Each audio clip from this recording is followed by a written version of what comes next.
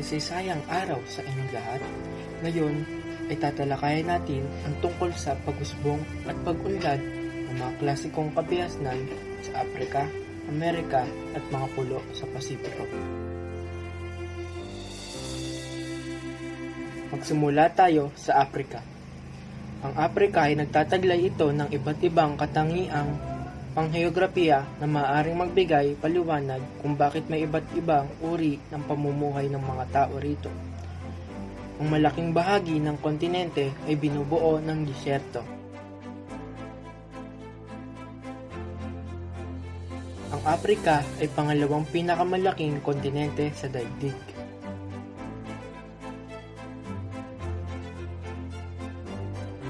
Ang oasis na lugar sa disyerto kung saan ay matatagpuan ang mga bukal na tubig. Matatagpuan sa gitna ang tropical rainforest. Ang sabana ay kapatagan kung saan maraming talahib at damo na tumutubo. Ang Afrika ay tinaguriang dark continent o madilim na kontinente. May mga ilang kadahilanan kung bakit ito tinawag na ganito. Dahil noong unang panahon ay hindi pa masyadong nagagalugad ang kontinente ng Afrika. Dahil karamihan sa parte ng Afrika ay kagubadan. Dahil noong unang panahon ang Afrika ay misteryoso at maraming hindi pa kilalang kasaysayan dito. May posibilidad na tinawag ito ng mga taga-Europeo na dark continent dahil sa kulay ng balat ng mga taong naninirahan dito. Unang Afrika, nagpalipat-lipat sila sa hinang pagbago-bagong klima ng kontinente. Naghanap sila ng mas mainam na lugar kung saan higit na matutugunan ang kanilang pangangailangan. Nagkaroon ng kalakalan sa iba't ibang bahagi ng kontinente na naging batayan ng kanilang kabuhayan. Mga sinaunang sibilisasyon sa kanlurang Afrika. Ang timog ng Sahara ay savanna na kinabibilangan ng bansang Sudan. Nasa daong hilaga ng relihiyong ito ang sinaunang imperyo ng kanlurang Afrika, ang Ghana, lupain ng mga itim. Ang kaharian ng mga Kush. Sa panahong ito, nagkaroon ng isang imperyo ng mga itim. Matatagpuan ito sa kahabaan ng Nile sa Timog Afrika. Nasakop sila ng taga-Egypt noong 1500 BCE. Naging makapangyarihan sa Egypt ang Kush hanggang 670 BCE. Subalit naitaboy rin sila palabas ng Egypt nang tulungan ng mga Assyrian ng mga Egyptian sa pagpapaalis sa kanila.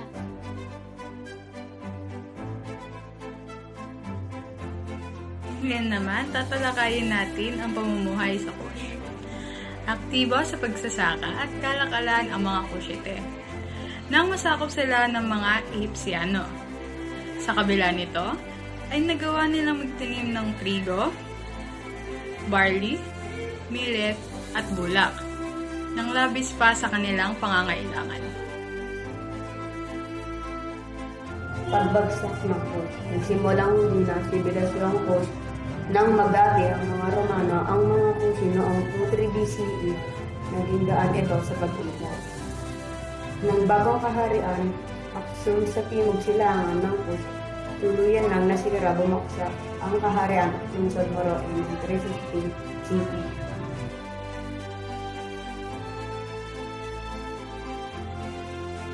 Ngayon ay pumunta na tayo sa mga imperyo sa kanlurang Afrika. Ang Ghana. Ang mga tao sa Ghana ay tinatawag na sa Mike. Sa Crown Territory ng Ghana ng rutang daanan ng kalakalan ng mga karban. Ng ginto mula pa sa Mali. At asin naman mula sa Hilagang Desierto noong 300 BCE. Natutunggungan ng iba't ibang gamit tulad ng sandatang kahoy, buto, at bato ang mga taong taga-Ghana. Sa loob ng 3 taon, nakontrol din ng Ghana ang malaking bahagi ng Afrika.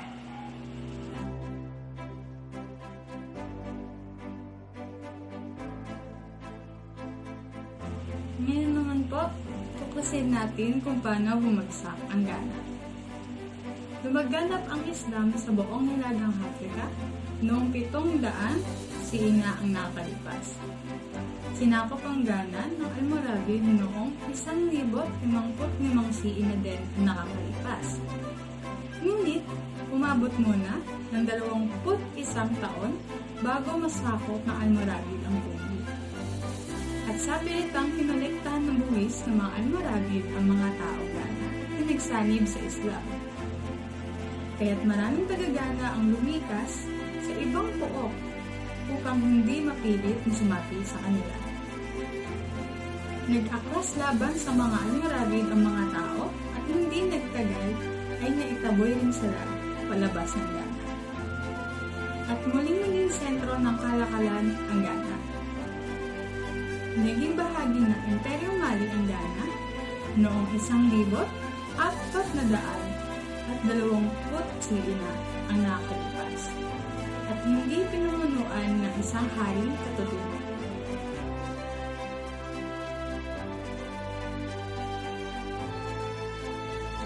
Ang Mali. Napailalim sa kontrol ng mga pinuno ng Mali ang mga ruta ng Karaban at mga lungsod ng Ghana. Nagtatag sila ng ikalawang pinakamalaking imperyo sa daigdig ng panahon na yon. Sundita, isang itim na Muslim, ang unang bansa o emperador ng Mali. Pumili siya ng mga magagaling na tagapamahala na nangasiwa sa mga gastusin, depensa at ugnayang panlabas ng kaharian. Pinasigla niya ang kalakalan nga sin at ginto sa Nyani. Ang kabisera ng imperyo, isa sa mga pinuno ng Mali ay si Mansa Musa.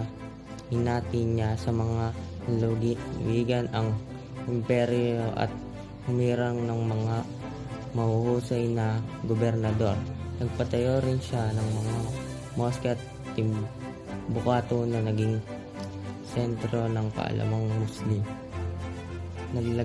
Naglakbay si Musa patungong Mecca at naging bantog sa Morocco, Egypt at iba pang bansang European. Umagsakang Mali nang mamatay si Mansa Musa noong 1337 CE.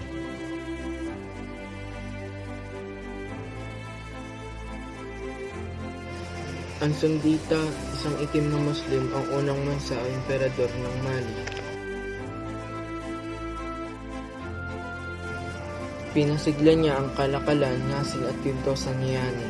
Ang kabisera ng imperyo, isa sa mga pinuno ng Mali ay si Mansa Musa. Hinati niya sa mga lalawigan ang imperyo at tumirang ng mga mahuhusay na gobernador. Nagpatayo rin siya ng mga mosque at timbatapo na naging sentro ng kaalamang Muslim. Ang Songhai, umiwalay sa mga Mali, bumuo ng isang hukbo, nagpalawak ng teritoryo at namahala sa rutang pangkalakalan. Kilala sa kanilang lakas at galing sa pakikindigma. Nasakop nila ang lupain ng Sarkos at naging kabisera ang bayan ng Ghana. Pinuno ng Songhai ang ilang mahalikang diya sa Ghana.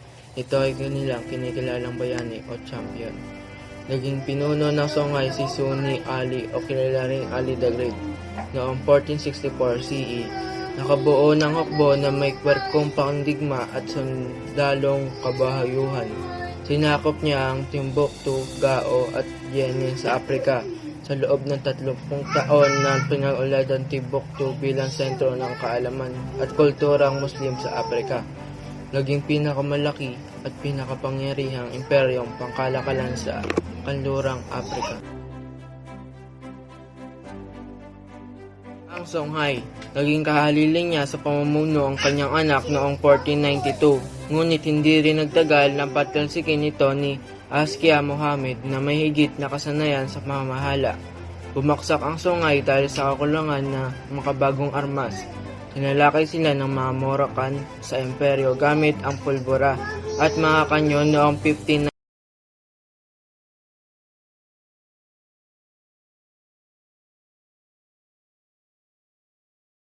naman, tatalakayin natin ang kabias ng Songhai.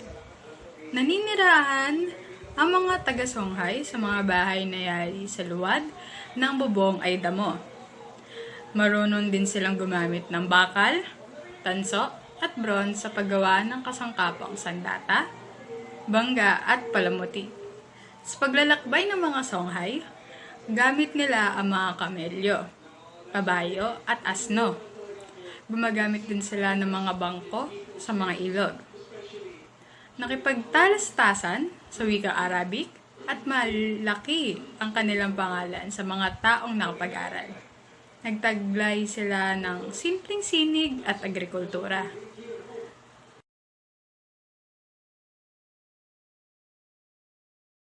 Sinaunang Africa, ang Pacific Ocean at Atlantic Ocean ay may kinalaman sa pagkakaroon nilang naibang kabayasnan. Noong ika-13 siglo BCE, umunlad ang kauna-unang kabayasnan sa Amerika, ang Olmec at Toltec, sa lupain na ngayon ay tinatawag na Mexico.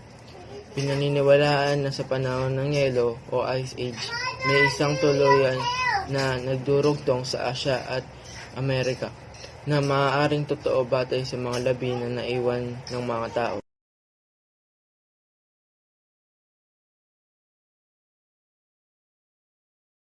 Ang kabayas ng Pasipiko. Sa Pacific Ocean ay matatagpuan ang mga rehiyon ng mga oceano. Ito ay binubuo ng libo-libong pulo na tinitirahan ng mga mamamayan na sanay sa kulturang pangkaragatan.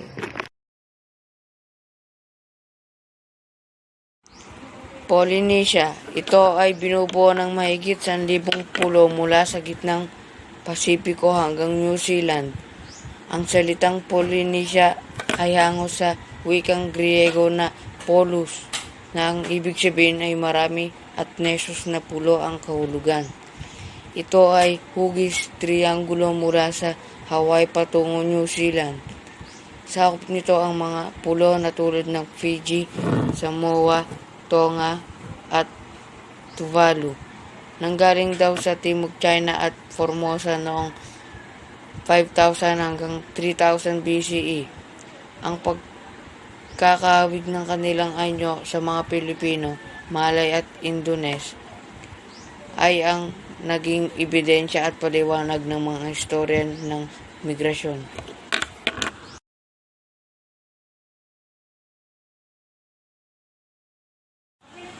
Micronesia, nasa kanlurang bahagi ng Pasipiko.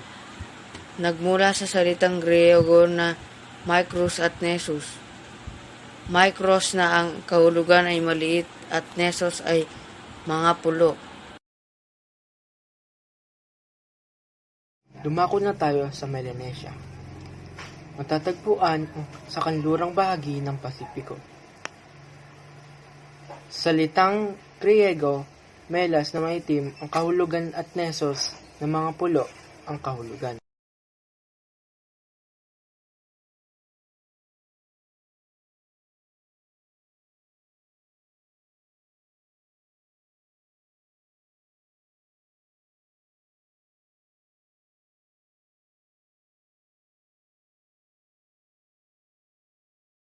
Makasaysay